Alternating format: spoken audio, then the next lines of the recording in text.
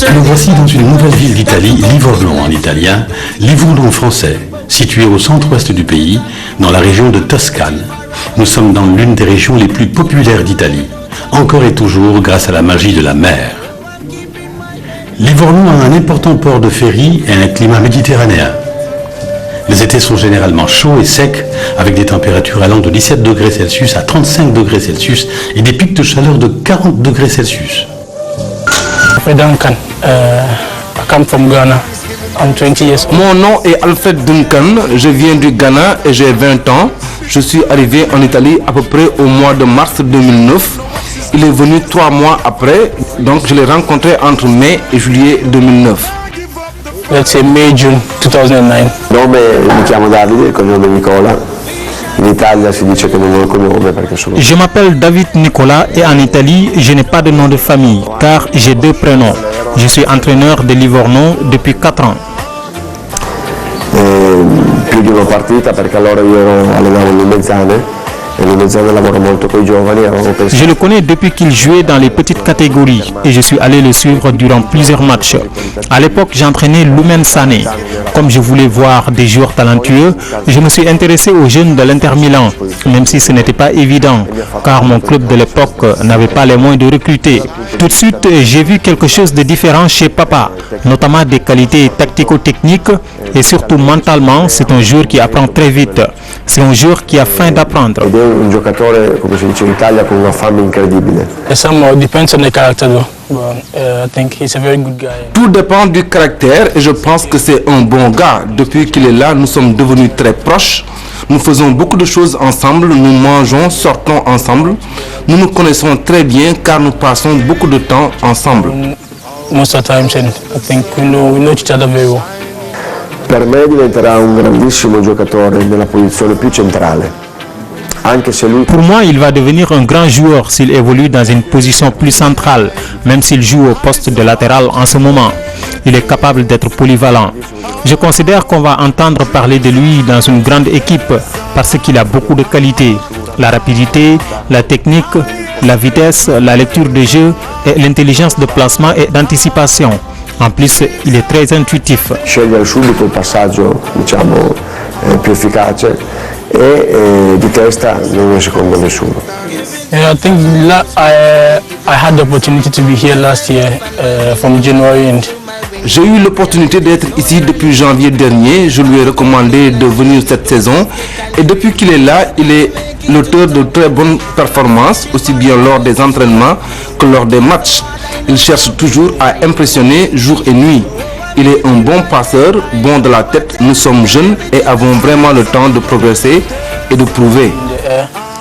I think we are still young, so we have more years ahead of us, and I think we can improve day in, day out. Diciamo che lui deve migliorare soprattutto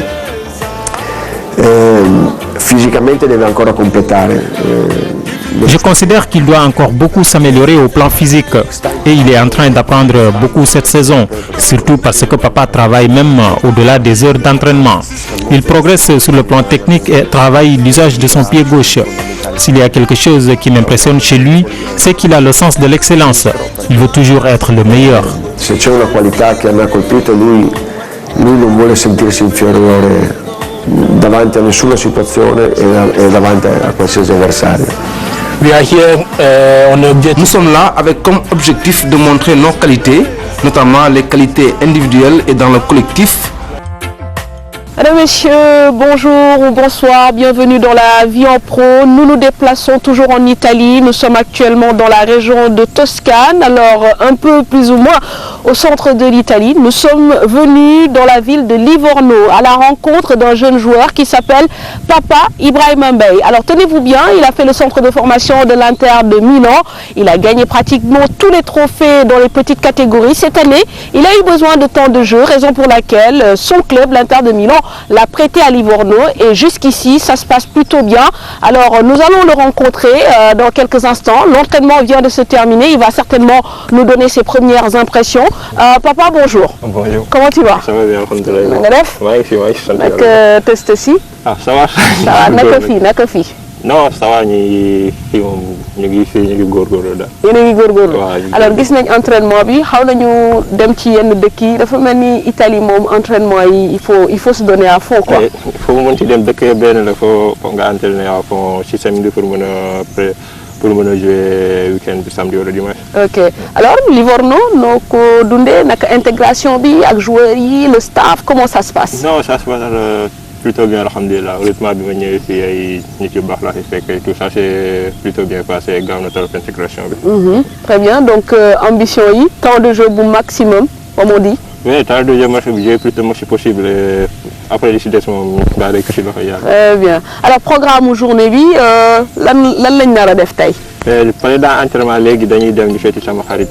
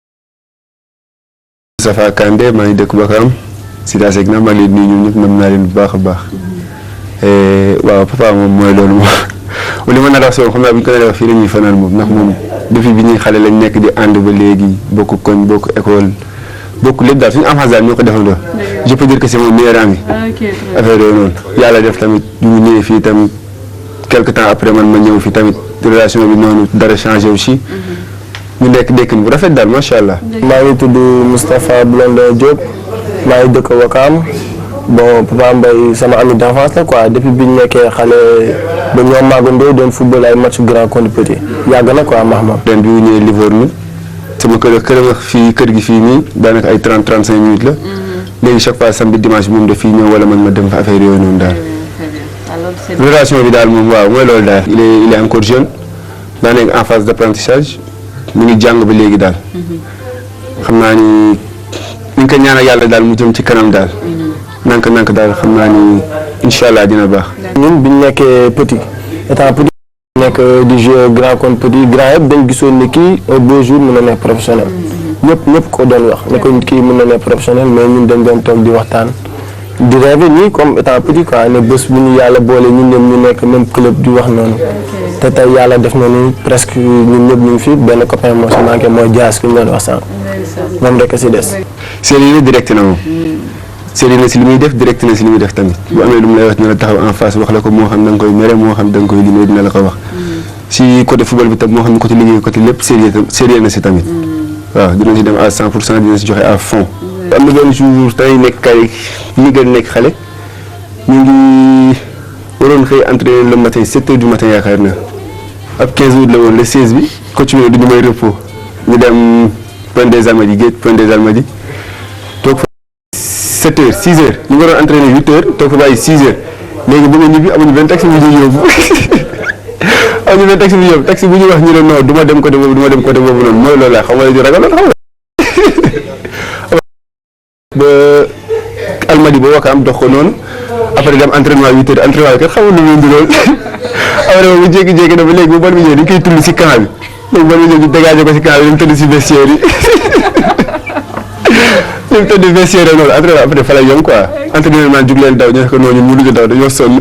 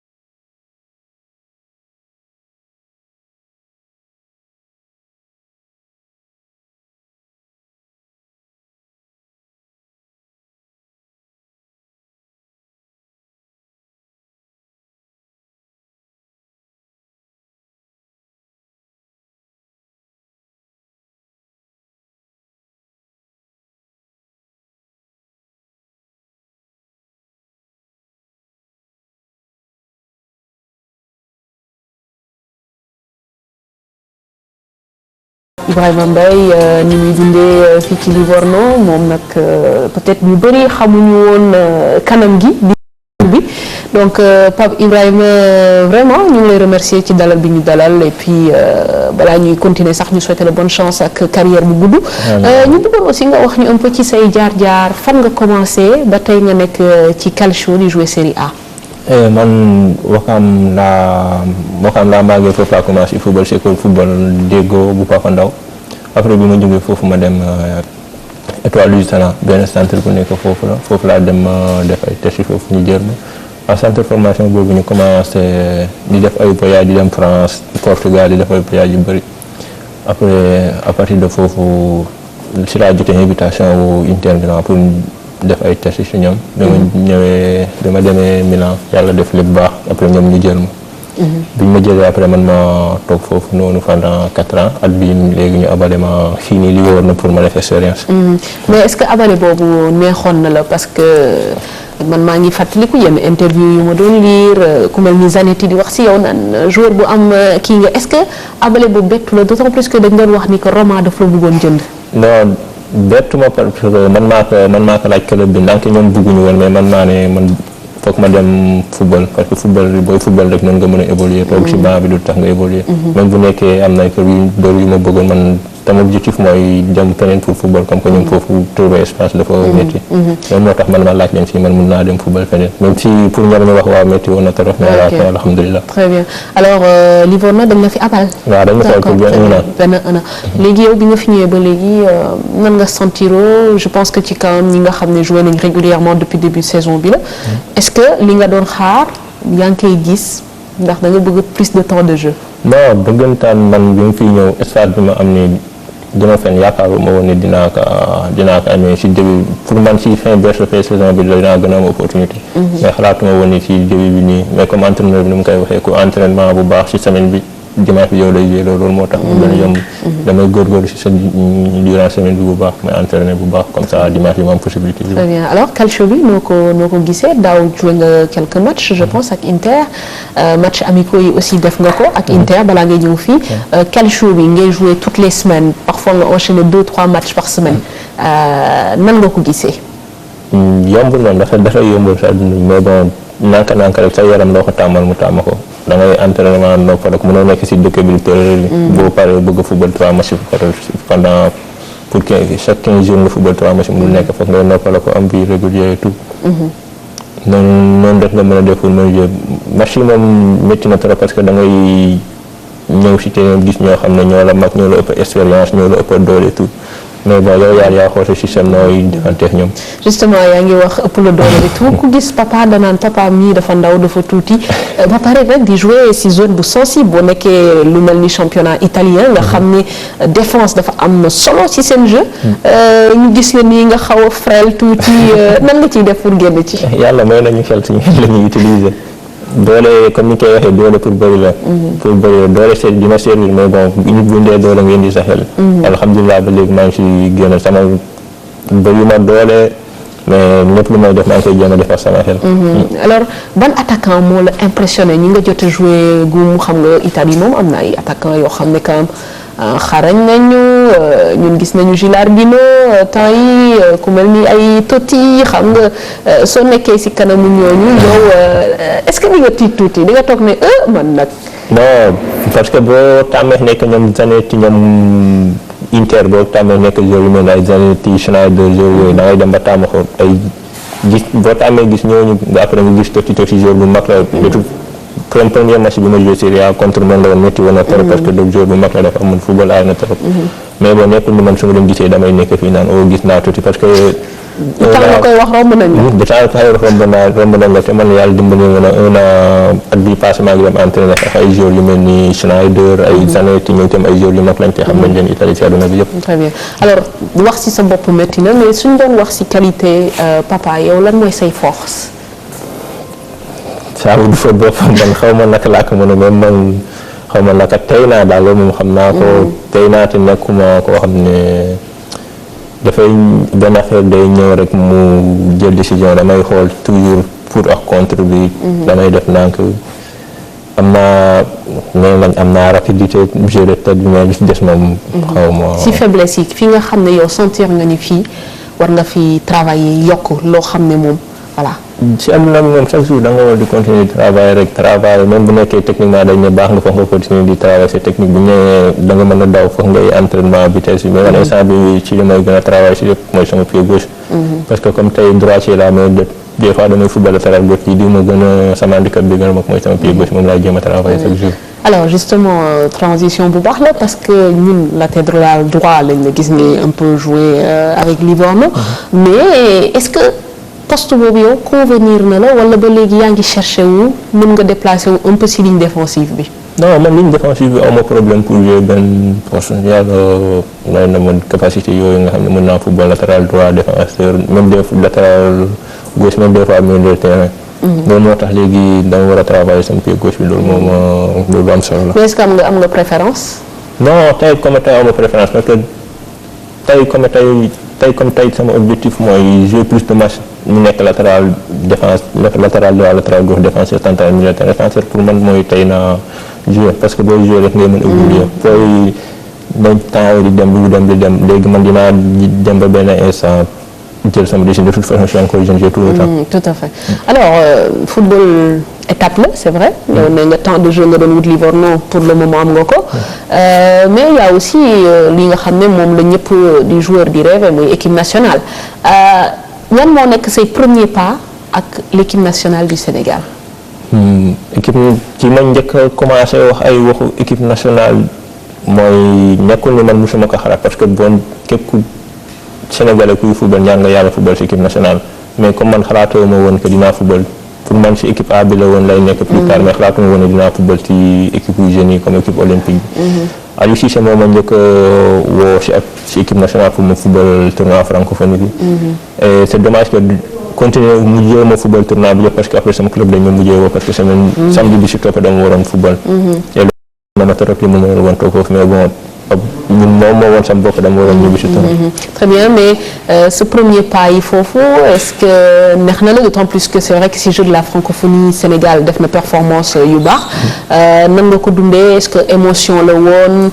kontaanoon nga et tout. kontaanoon naa trop surtout bi ma àggee foofu après ñu jox ma saagu équipement yi ma ne léegi moom li nekkatul ay caaxaan sama dëkk laay représenté nekkatul benn club bu ndaw Sénégal yëpp laay représenté. dama gën a sentir ni fierté bu mag la parce que doon dara gënul neex en tant que joueur nga sol joueur bu nekk rek na sol maillot équipe nationale. te man bi ma amee opportunité boobu kontaanoon naa trop te alhamdulilah bi ma demee ñi ma fa fekkoon ñëpp joueurs yi accueillir nañ ma bu baax. ay nit yu baax laa fa fekk dimbali nañ ma bu baax sama intégration ak ñoom ñoo ci wul woon noonu et tout. Tout à fait. Alors justement ci wàllu la ñuy desandi ba léegi parce que tu sais jeune tu es arrivé très jeune ici donc aujourd'hui tu as à peine 19 ans c'est ça. Et du coup donc est-ce que xalaatoon nga à un moment donné jouer pour l'Italie? Ce qui est encore possible d'ailleurs. Ce qui est encore possible man bi ma fi mbosu am na ñu ma ko doon waxaan ni mais man ci man dama ne non man Sénégalais laa gën a sentir sama bopp di que italien c'est vrai que bi mu fi ñëwee yàgg na fii bi mu fi ñëwee yàgg bi ma nekk booy laa fi ñëw fii laa jàngee presque li ma xam yëpp ci football et tout jàngee naa fi lu bëri mais bon man dama ne woon c'est pas juste que man Sénégalais laa gën a sentir sama bopp que italien man Sénégalais laa Italie su ma fi ñëwee liggéey moo ma fi indi mais tamit ça fait plaisir que ba ñuy dem ba di wax ni ay pour nga ñëw football équipe nationale Italie ça fait plaisir mais bon man Sénégalais laa équipe nationale Sénégal laa bëgg. Donc équipe nationale A bu Sénégal mën nañ ne bokk na ci say ambition. sama ambition tey comme tey mooy football bu baax li wër na parce que su ma footballee bu baax li wër na même si nekk équipe nationale A loolu dina ñëw équipe nationale A man dama ko jàppee ni conséquence yi sama comportement ci club bi la su ma footballee bu baax ci club bi après équipe nationale tôt ou tard dina ñëw. mais papa kontaan nañ trop ci disponibilité bi donc comme je disais di la ñaanal aussi santé de fer parce que santé de fer c'est à la base de tout yàlla jàppale si sa carrière ñu lay dégg ci calcio bi pourquoi pas est-ce que justement am nga benn championnat bu lay faire rêver en dehors du calcio. Angleterre neex na trop mais waaw comme que maa ngi fi Italie lañ def bu nekkee liggéey naa liggéey bu ko jar après Angleterre bu ñëwee. Quelle mooy sa équipe de rêve. pourquoi pas Arsenal équipe bu kii la. équipe bi ma neex la. D'accord ce joueur idole. c'est bon. sa idole si joueur. man aw ma benn joueur boo xam da nga koy suivre parce que comme damay jouer ay postes yu bëri damay jël ay ci bëri. damay jël ay joueurs yu bëri ku nekk ma xool ma jël li ma arrangé. mais bi nga nekkee xale amoon nga. bi ma nekkee jiyee Drogba laa dem ci mais dernière fois bi ñu demee ak Inter bi ñu demee États-Unis def tournée bi dajeex na ak benn joueur sénégalais mooy Demba Ba. bi match bi jeexee jox na ma ay conseils yu baax wax naa waxtaan nañ lu yàgg jox na ma ay conseils yu baax nee na ma affaire yi ma war a def yëpp te bul bañ a fàtte religion bi. ni ma saa su ma mënee dem julli naa jot. maa ngi koy remercier daal jox na ma ay conseils en tant que grand frère sénégalais jox na ma ay conseils yu baax. en tout cas ñu ngi lay souhaiter bonne chance di la bàyyi tamit ñoom ñuy waa Sénégal. ak waa Wakam j'imagine. maa leen di remercier si li ngeen fi ñëwee tout ça en février. dama doon profiter pour nuyu sama waa kër waa Wakam waa Cité Secna man Wakam laa màggee Wakam laa xam.